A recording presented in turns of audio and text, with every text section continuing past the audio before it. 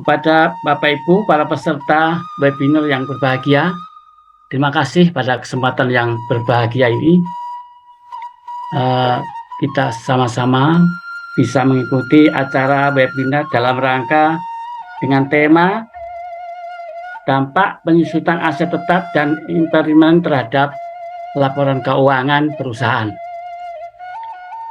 Sebelum kita mulai, ada baiknya kita perkenalkan dulu bahwa siapa narasumber kita pada malam hari ini. Yang pertama, perkenalkan narasumber kita, nama Bapak Doni Indradi, SEAK MM SH, dan MKN. Jadi sekaligus akuntan, ketua KJA, calon notaris, dan dosen di Unpam. Insya Allah mudah-mudahan kita semua mendoakan beliau mudah-mudahan sukses selalu. Terima kasih Pak Doni. Assalamualaikum. Waalaikumsalam Mbak Poniran. Oleh sebab itu tidak panjang lebar yang dapat kami sampaikan, kepada Bapak Doni Indradi, waktu kami persilahkan. Oke, sebelum saya share screen, saya mengucapkan selamat malam buat rekan-rekan yang sudah hadir. Terima kasih sudah hadir di acara webinar ini. Kita sifatnya sharing atau diskusi ya, jadi bukan berarti mungkin rekan-rekan yang lainnya lebih bisa daripada saya, nggak ada masalah. Jadi mohon izin, saya hanya untuk sharing, tujuannya berbagi ilmu, mudah-mudahan bermanfaat bagi kita semuanya. Apabila mungkin dalam penyampaian saya nanti kurang jelas atau kurang dimengerti, kemudian perlu diskusi yang lebih lanjut, bisa kita di luar webinar ini kita bisa diskusi.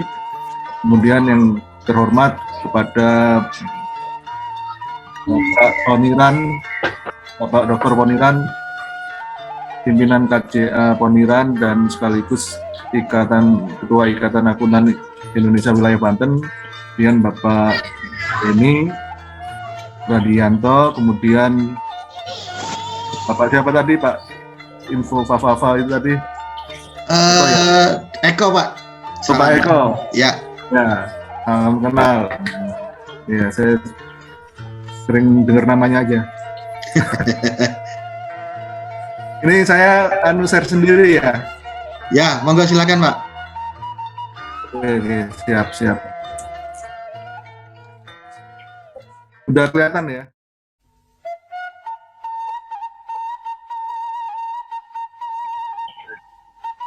Oke ya. Oke, terima kasih. Ini saya awali dengan aset tetap ya. Aset tetap. Kenapa pemilihan? Sebenarnya ini lebih banyak. Saya terinspirasi dengan ya katakanlah ilmu hukum sebelah gitu ya. Jadi dia itu ada tiap minggunya, mudah-mudahan kita bisa, nggak harus hal-hal yang ribet yang dia sampaikan. Jadi mulai yang sederhana. Nah ini mudah-mudahan Krideas ini pimpinannya Pak Deni bisa continue tiap minggunya. Jika mereka continue tiap minggu menyampaikan misalnya bagaimana masukan OSS, bagaimana tentang hibah, bagaimana tentang ini segala macam hal-hal yang kecil gitu loh. Tapi continue setiap minggunya. Jadi saya sebagai pemula, misalnya saya notaris pemula pun, saya nggak malu untuk join gitu ya. Karena menurut saya ilmunya kok bagus gitu. Mungkin bagi notaris yang sudah ahli atau bahkan sudah punya kantor itu ini hal yang sepele gitu kan. Tetapi tujuannya mulia saya lihat ini. Makanya kenapa ini saya pilih topik yang mungkin sederhana dan bisa bermanfaat ya. Jadi ada juga di sini kan mahasiswa saya dari Universitas Pamulang yang hadir. Kemudian dari teman-teman saya lihat dari Jogja, dari Mataram dan lain-lain, hampir seluruh Indonesia gitu ya. Salam kenal. Jadi saya mulai dengan aset tetap. Sebenarnya saya waktu itu saya mau bikin series tentang aset tetap. Jadi awalnya mungkin series kedua bagaimana cara melepaskan aset tetap, pelepasan aset tetap itu bisa melalui penjualan, bisa melalui tukar menukar dan lain-lain. Nah ini nanti saya sebenarnya pengen bikin series itu, tapi sementara kita mulai dari hal yang dasar mengenai aset tetap, kita happy aja dulu nih. Makanya background saya happy musik, aset tetap. Ya, ini PSAK 16, saya dari KJA Doni Indrati. Nah, kemudian bicara mengenai aset tetap, pertama pengertiannya apa sih aset tetap itu, kemudian bagaimana kriterianya, kemudian bagaimana pengukuran aset tetap tersebut, ya. Kemudian penyusutan aset tetap. Jadi bicara tentang metodenya, kemudian yang kelima adalah impairment. Ini yang akan kita bahas.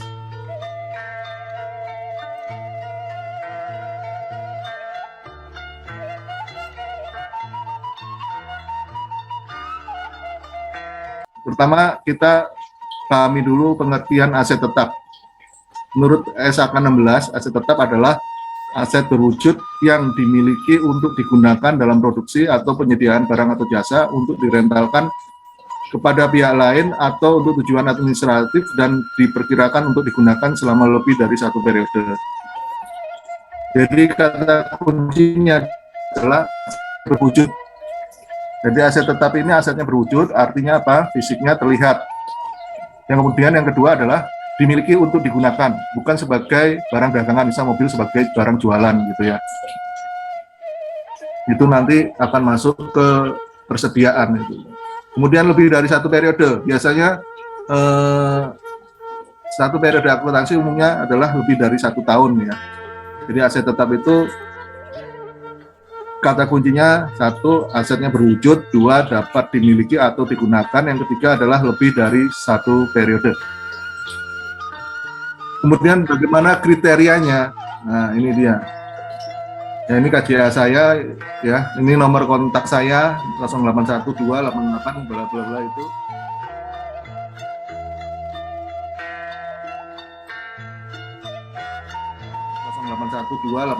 bla bla bla itu. Bagaimana pengakuan aset tetap diakui sebagai aset? Aset tetap diakui sebagai aset jika dan hanya jika satu mempunyai manfaat ekonomi, ya. Jadi aset tetap yang memiliki manfaat ekonomi. Jadi dia punya manfaat ya. Jadi misalnya kita punya rumah atau gedung, dia punya manfaat yang secara ekonomis bisa kita gunakan. Kemudian biaya perolehannya dapat diukur secara handal. Jadi ini yang kadang-kadang jadi perkara, kapan biaya perolehan itu bisa diakui gitu kan? Jadi adalah nilai yang dapat dimasukkan ke dalam biaya perolehan. Biaya perolehan meliputi yang pertama adalah harga perolehannya sendiri, yang kedua adalah biaya yang dapat diatribusikan secara langsung untuk membawa aset ke lokasi. Yang ketiga adalah estimasi awal biaya pembongkaran dan pemindahan aset tetap dan restorasi lokasi aset tetap. Jadi bukan hanya bicara aset tetap, bukan hanya ketika misalnya kita beli rumah, kita bayar rumahnya itu, tapi kemungkinan dalam proses memperoleh rumah tersebut kita bayar yang namanya komisi perantara gitu ya. Kemudian kita betul-betul rumah tersebut, sehingga totalnya itulah adalah biaya perolehan. Nanti kita lihat ya. Ini saya juga punya channel YouTube ya, bisa dilihat nih. Yang komedi juga ada, yang tentang pendidikan ada, inspiratif channel Doni Indrati.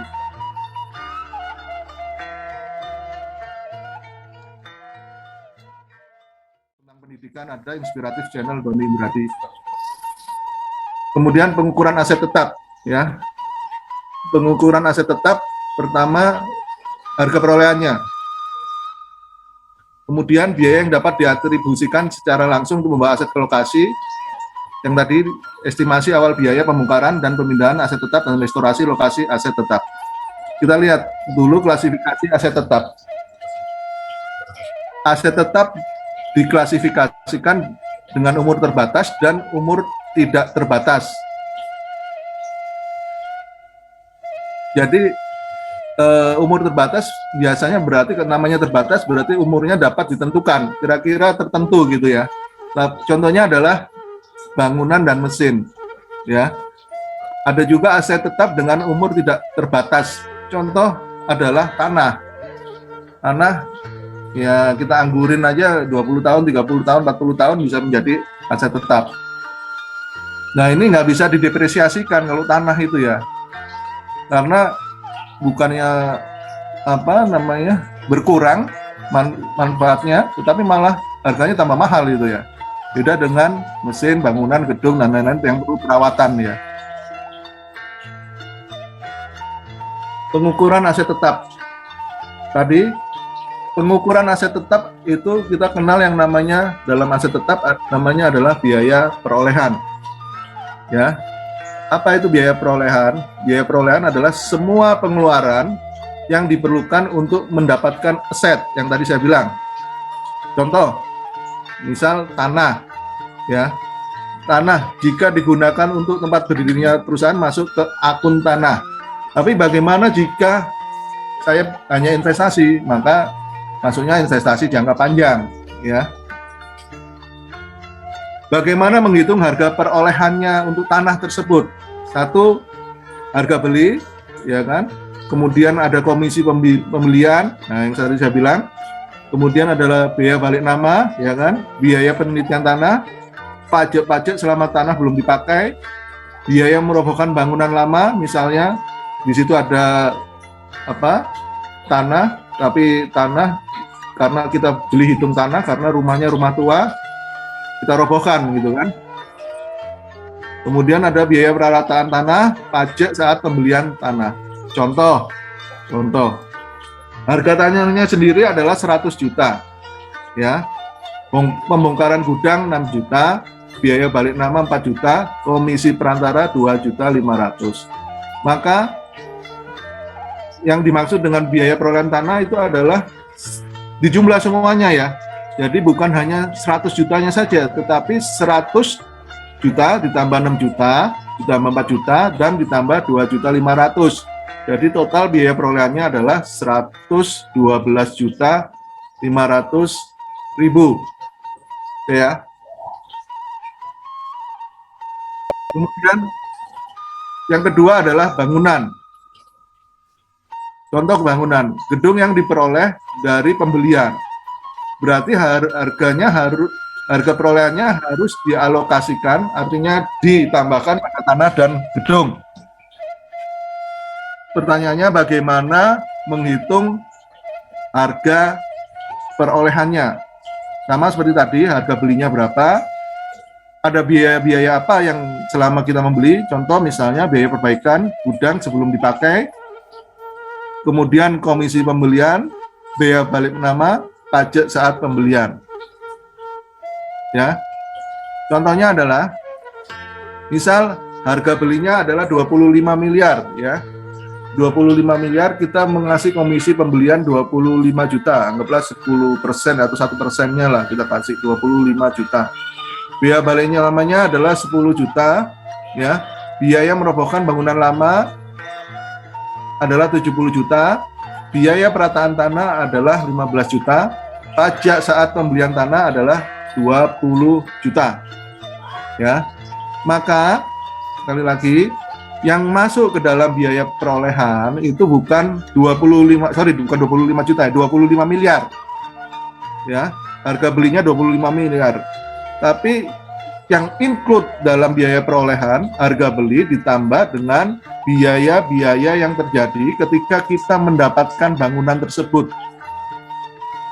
Ada komisi pembelian, ada biaya balik nama, ada biaya merobohkan bangunan lama, ada biaya perataan tanah, ada pajak saat pembelian tanah. Itu kita masukkan. Jadi totalnya adalah 25 miliar 140 juta. Ini adalah contoh daripada biaya perolehan bangunan ya. Karena kita harus tahu dulu nih sebelum kita melakukan hal-hal yang lebih jauh.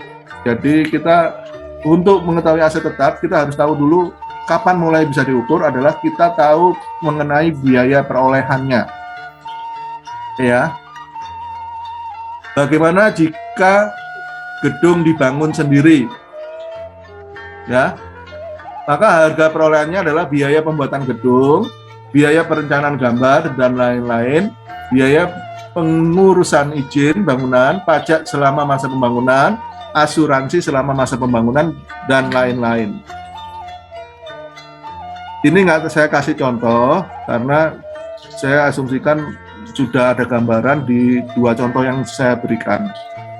Jadi saya hanya mengasih clue-nya aja atau petunjuk saja kapan harga perolehan untuk gedung dibangun sendiri. Kemudian untuk alat perlengkapan gedung, ada seperti eskalator, lift, dan lain-lain dicatat tersendiri dalam rekening alat-alat gedung. Alat perlengkapan gedung dan didepresiasi selama umur ekonomis alat tersebut. Oke. Setelah kita yang keempat depresiasi atau penyusutan. Ini mudah-mudahan saya nggak terlalu cepat ya. Setelah kita mengetahui biaya perolehan, maka langkah selanjutnya adalah kita harus melakukan penyusutan. Kita depresiasi.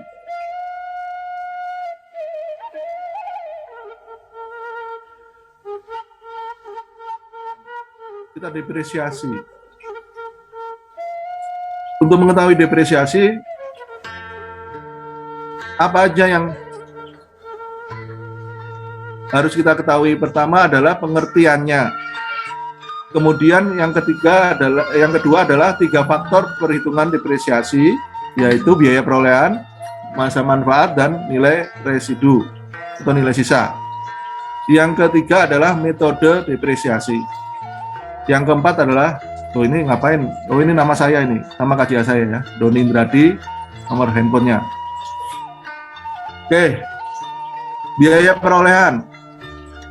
Ya, biaya perolehan adalah semua.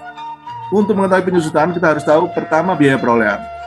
Ya, semua pengeluaran yang diperlukan untuk mendapatkan aset. Tadi sudah kita bahas di slide sebelumnya. Oke. Yang kedua, masa manfaat. Ya. Jangka waktunya pemakaian aset yang diharapkan oleh perusahaan. Contoh misal gedung kira-kira ini bisa saya pakai sampai 20 tahun, gitu kan. Mesin kira-kira bisa saya pakai 10 tahun. Ya kan? Kemudian mobil 5 tahun misal seperti itu. Kemudian nilai residu atau nilai sisa adalah taksiran nilai tunai aset pada akhir masa manfaat. Jadi estimasikan bahwa ini ternyata kalau tinggal bangkainya doang nih mobil ini harganya 10 juta. Seperti gitu ya. Atau bangunan ini kalau bangkainya doang nanti setelah 20 tahun yang akan datang nilainya cuman tinggal 10 juta. Atau truk itu nanti 5 tahun yang akan datang nilainya 10 juta. Kita kasih contoh misalnya ya. Contohnya biaya perolehan truk adalah 130 juta. Jadi ini sudah langsung biaya perolehan ya, bukan harga beli lagi, tetapi sudah langsung biaya perolehan truk. Pak Denny jangan lupa direkam ya. Kemudian yang kedua adalah nilai residu 10 juta dengan masa manfaat 5 tahun.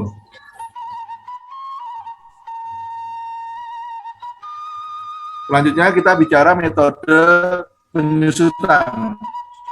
Nah, ini adalah ilustrasi ya, ilustrasi metode garis lurus. Misal, kita bikin matriks ya, kita punya aset tetap adalah truk. Kemudian ini ilustrasinya supaya kalian paham apa itu metode garis lurus. Ada truk, ada gedung kantor, ada mesin, ada mobil, eskalator, pabrik, sama terakhir kita menghitung akumulasi penyusutannya. Ya, ini saya asumsikan di tahun 2023. Cuman karena hanya menaruh dasarnya saja, maka bulan setelah Mei 2023 saya tulis dan seterusnya. Karena akan sama, Karena gimana?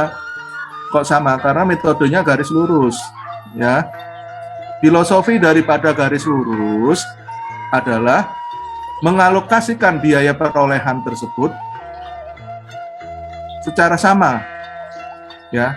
Misalnya tadi 1 tahun, kalau truk ini 1 tahun misalnya 120 juta penyusutannya, maka 1 bulannya adalah 10 juta. Kita tulis nih ilustrasinya, jadi 10 juta bulan Januari, 10 juta bulan Februari, 10 juta lagi bulan Maret, 10 juta lagi bulan April, 10 juta lagi bulan Mei, dan seterusnya, ya, sampai dengan akhir Desember 2023. Begitu juga dengan gedung kantor, misalnya kita susutkan 80 juta, maka dari Januari sampai dengan akhir Desember adalah 80 juta. Mesin juga seperti itu, 30 juta, maka tiap bulannya kita susutkan 30 juta. Mobil juga seperti itu, 2 juta, maka tiap bulannya kita susutkan 2 juta. Eskalator seperti itu juga, 20 juta. Kemudian pabrik, misalnya 100 juta. Kemudian terakhir kita menghitung akumulasi penyusutan yang terjadi di aset tetap tersebut. Ya, bulan Januari dijumlah itu penyusutan truk 10, ditambah penyusutan gedung kantor 80, ditambah penyusutan mesin 30, ditambah penyusutan mobil 2 juta, ditambah eskalator 20 juta, ditambah pabrik 100 juta. Maka akumulasi penyusutannya adalah 242 juta. Setiap bulan nanti kita tambahkan tuh 242 juta ditambah ini. Ini lebih tepatnya biaya penyusutan ya, bukan akumulasi penyusutan, karena akumulasi penyusutan adalah penjumlahan dari bulan-bulan sebelumnya. Jadi seperti itu ya. Mudah-mudahan ini ilustrasinya bisa tergambarkan oleh teman-teman ya.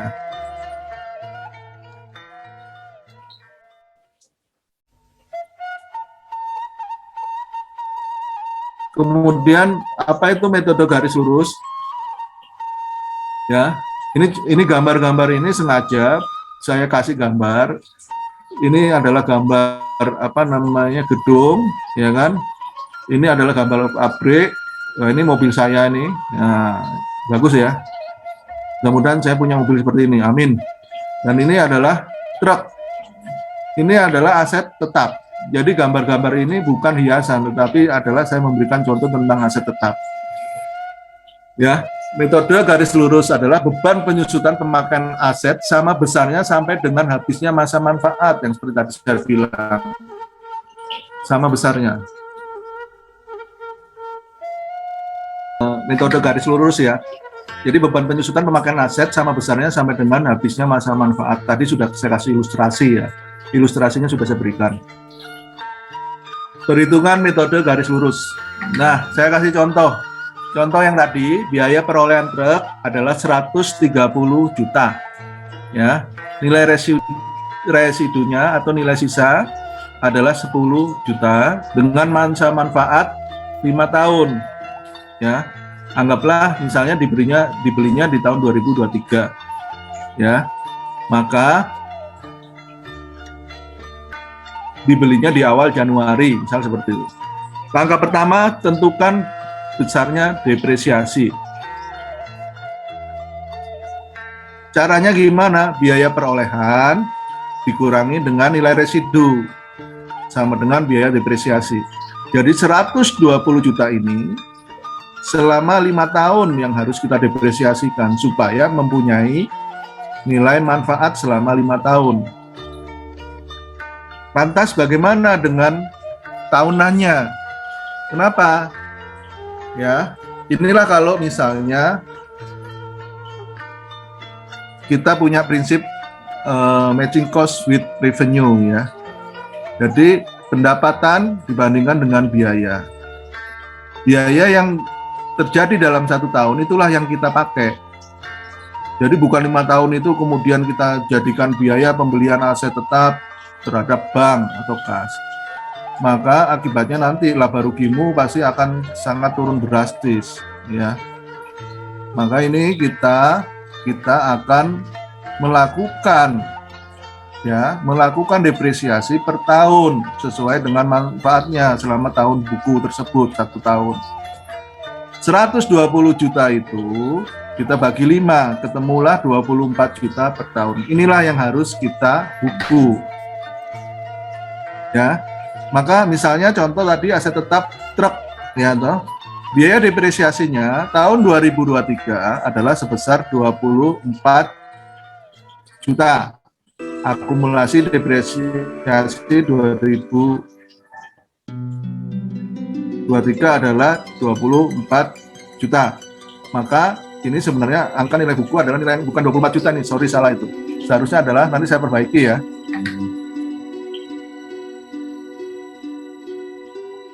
Oke. Kemudian yang kedua adalah metode saldo menurun berganda, ya. Metode saldo menurun berganda ini adalah metode depresiasi yang dipercepat dengan menetapkan tarif konstan pada jumlah yang menurun. Nah, ini hampir sama dengan garis lurus, hanya bedanya ya, kalau garis lurus itu sama, mau tahun 2022, 2023, 2024 sampai dengan 5 tahun itu sama nilainya. Karena filosofinya dianggapnya adalah sama. Biaya kepakai atau biaya penyusutan, biaya manfaat yang kita pakai itu timbul. Biaya manfaat itu timbul apabila kita sudah menggunakan aset tersebut, ya kan? Itu adalah sebesar 24 juta. Yang tadi ya, garis lurus. Sedangkan kalau yang saldo menurun berganda, ini maka tiap tahun saldonya menurun. Tetapi yang kita ya kan alokasikan sebagai biaya perolehan tadi, itu sama dalam satu tahun, misalnya 2023, misalnya kita nanti mengalokasikan biaya yang 24 juta. Di tahun tiap bulannya 24 juta, berarti bagi 12 2 jutaan. Di tahun kedua misalnya adalah 18 juta. Turun terus gitu ya. Nih, contoh sama ya. Contoh adalah biaya perolehan truk. Ya. Contohnya adalah biaya perolehan truk 130 juta. Kemudian nilai residunya adalah nilai residunya 10 juta, masa manfaat 5 tahun dan dibeli awal Januari 2023. Misal seperti itu. Langkah pertama, teman-teman tentukan tarif depresiasi. Ya, biasanya tarif depresiasi daripada metode saldo menurun berganda adalah 2 kali persentase dari metode garis lurus. Misalnya tadi metode garis lurus adalah caranya adalah 1 dibagi 5 karena 5 tahun ya, sama dengan 20%. Itu untuk metode garis lurusnya. Sedangkan untuk langkah kedua, tentukan penyusutan tahunan. Untuk metode garis menurun berganda, maka 2 kali 20% sama dengan 40% tarifnya. Misal, contoh, ya, ini truk dengan biaya perolehan 130 juta. Ya, tahun 2021 dikalikan 40%, maka depresiasi per tahun adalah 52 juta. Nah, ini kalau mau dibagi bulanan ya tinggal dibagi 12 gitu loh. Angkanya sama dalam tiap bulan selama setahun. Nah, inilah. Kemudian akumulasi depresiasinya adalah 52 juta. Nilai bukunya adalah 78 juta. Dari mana? 130 dikurangi 52 adalah 78 juta. Tahun 2022, maka yang kita pakai adalah nilai bukunya 78 juta. Maka ini namanya tadi saldo menurun. Bergandanya adalah 2 kali 20%. Jadi 40%. Itu kalau saldo menurunnya ini kita pakai nilai bukunya, kita pakai menjadi biaya perolehan di tahun 2022. Jadi ini asumsinya truknya batu ya, kali 40%, 31.200.000 biaya depresiasi per tahunnya ya. Berarti akumulasi depresiasinya adalah 52 juta ditambah 31.200.000 adalah 83.200.000. Sekarang nilai bukunya berapa? Tinggal 78 juta ya, biaya perolehan dikurangi depresiasi tahun itu 31.200 adalah 46.800, atau dari 130 juta dikurangi dengan 83.200 adalah 46.800. Begitu seterusnya, dipakai lagi menjadi biaya perolehan, ketemu lagi nilai bukunya. Nilai buku tahun 2023 menjadi biaya perolehan di 2024. Ya, ketemu 2024 nilai bukunya menjadi harga perolehan di 2025. Terakhir ada 10 juta yang saya kasih warna merah kanan bawah ya. Kanan bawah saya kasih warna merah 10 juta karena apa? Harus punya sisa tadi kan pada soal di atas tadi bahwa dia punya nilai residu atau nilai sisa adalah 10 juta. Ini yang bedakan ya. Kalau di metode garis lurus langsung kita kurangkan. Tapi kalau di metode saldo menurun berganda akan tampak terakhir 10 jutanya itu. Kemudian metode jumlah angka tahun. Nah, ini memang jarang dipakai ya. Adalah metode depresiasi yang menggunakan jumlah angka tahun. Contoh, sama masih sama. Biaya perolehan nilai residunya 10 juta, masa manfaatnya 5 tahun dibeli di awal Januari. Langkah pertama, tentukan jumlah angka tahun terlebih dahulu. Karena masa manfaatnya adalah 5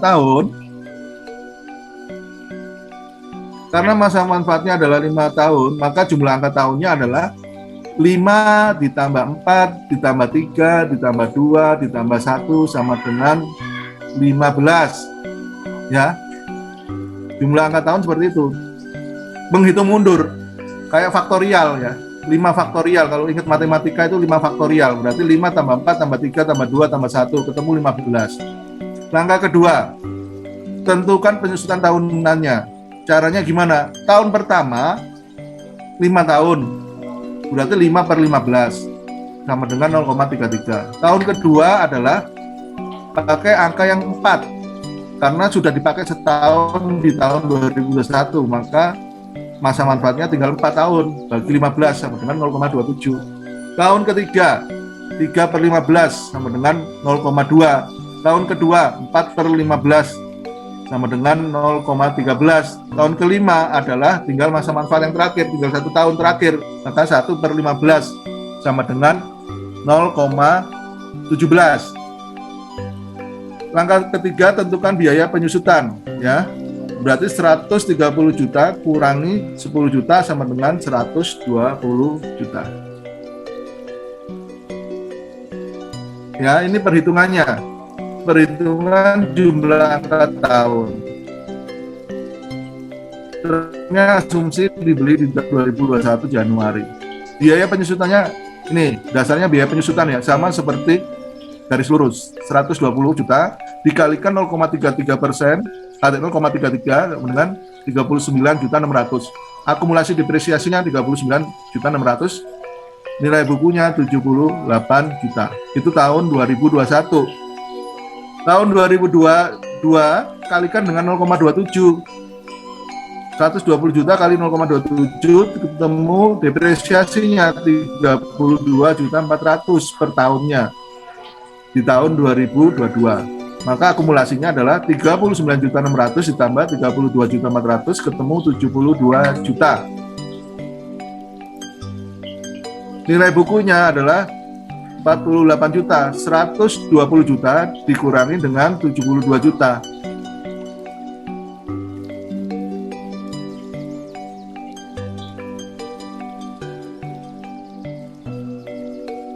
Ini kenapa ya? Firda is requesting remote control of your skin. Oke, tahun 2023 120 juta dikali 0,2 adalah 24 juta. Akumulasi depresiasinya adalah 72 juta ditambah 24 juta sama dengan 96 juta. Nilai bukunya adalah 24 juta. Caranya dari 120 juta kurangi 96 juta. Ya. Tahun 2024 kalikan 0,13. Ketemulah depresiasinya 15.600.000. Akumulasi depresiasinya adalah 111.600.000. Nilai bukunya 8.400.000. Tahun kelima 2025 120 juta kali 0,07. Ketemulah 8.400.000, kemudian akumulasi depresiasinya adalah 120 juta. Maka nilai bukunya adalah 0. Oke. Yang keempat adalah penyusutan dengan metode satuan hasil. Satuan hasil ini biasanya bisa jam kerja mesin atau bisa hasil produksi, ya. Hasil produksi itu bisa ton, ya kan? Yang bisa punya ukuran gitu loh, produksi yang punya ukuran. Contoh, ini biasanya diberlakukan untuk mesin, ya. Mesin pabrik itu ya. Ini cocok nih, makanya ini. Contoh biaya perolehan mesin 130 juta. Judulnya aja yang saya ganti, tadi truk jadi mesin dengan nilai residunya sama, masa manfaatnya 5 tahun, dibeli di awal Januari gitu ya. Langkah pertama, tentukan kapasitas produksi dan hasil terlebih dahulu. Ya. Ternyata kapasitas produksi mesin itu adalah 100.000 ton. Nah, dan asumsinya adalah masa manfaatnya 5 tahun. Ini asumsi ya. 100.000 ton selama 5 tahun, ya kan? Tahun pertama direncanakan produksinya 150.000 ton. Tahun kedua direncanakan produksinya 22.000 ton. Tahun ketiga direncanakan produksinya 25.000 ton. Tahun keempat, ini harusnya 4 ya, 21.000 ton. Tahun kelima adalah 17.000 ton. Ya. Langkah kedua, tentukan penyusutan tahunan. Maka caranya gimana? Ini hampir sama dengan tadi, angka tahun tadi ya. Tadi angka tahun 5/15. Kalau ini adalah hasil produksinya tahun pertama 15.000 ton dibagi dengan kapasitas produksi selama 5 tahun 100.000. 22.000 dibagi dengan 100.000. 25.000 dibagi dengan 100.000. 21.000 dibagi dengan 100.000. 17.000 dibagi dengan 100.000. Ketemu hasilnya 0,15, 0,22, 0,25, 0,21 sama 0,17. Nih, perhitungannya gimana? Aset tetapnya misalnya ya. Ini mesin ya, 2021. Sama, caranya sama seperti metode angka tahun tadi. Biaya penyusutannya 120.000 dikali 0,15, ketemu depresiasinya 18 juta. Akumulasi depresiasinya 18 juta. Maka 102 juta nilai bukunya. Ya. Biaya penyusutannya 2022 120 juta dikali 0,22 ya. Angka-angka tarif depresiasinya sudah kita tentukan tadi di slide sebelumnya. Ya, sehingga ketemu berapa depresiasi per tahun, ketemu berapa akumulasi depresiasi dan nilai bukunya sampai dengan akhir tahun 2025, sehingga nilai bukunya adalah 0 yang timbul di catatan atas laporan keuangan kita. Oke.